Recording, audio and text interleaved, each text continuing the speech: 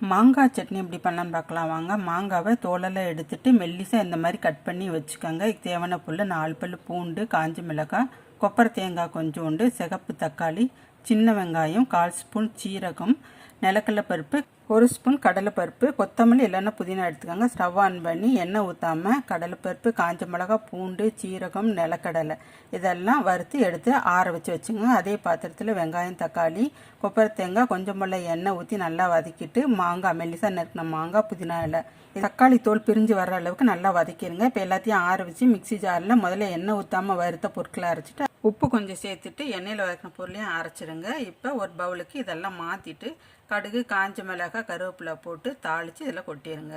ஊத்தாப்பம் ஊற்றி இந்த சட்னியோட சேர்த்து சாப்பிட்டு பாருங்கள், சூப்பராக இருக்குங்க காம்பினேஷனு. கண்டிப்பாக இதை ட்ரை பண்ணி பார்த்துட்டு எப்படி இருக்குன்னு கமெண்ட் பண்ணுங்கள். தேங்க்யூ.